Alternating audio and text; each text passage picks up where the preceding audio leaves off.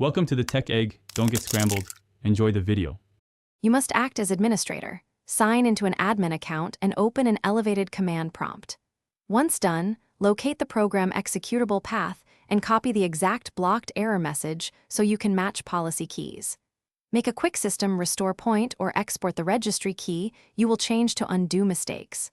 Now launch Local Group Policy Editor, gpedit, MSC, or Registry Editor depending on edition, because the next steps target the policy or registry entries causing the block.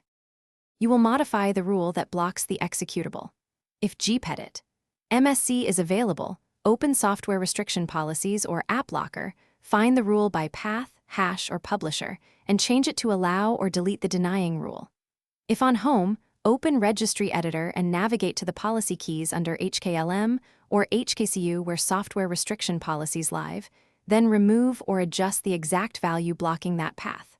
After edits, refresh policies with gpupdate/force so changes take effect immediately. Once you update policy and reboot, try starting the program. You should see it run normally. If it still fails, open Event Viewer and the Group Policy Results wizard to identify remaining denial codes and the exact policy source, because that tells you whether a domain GPO or local policy is blocking it. If changes cause problems, restore the registry export or system restore point you made earlier. Remember, domain admin policies override local edits, so contact IT if you cannot.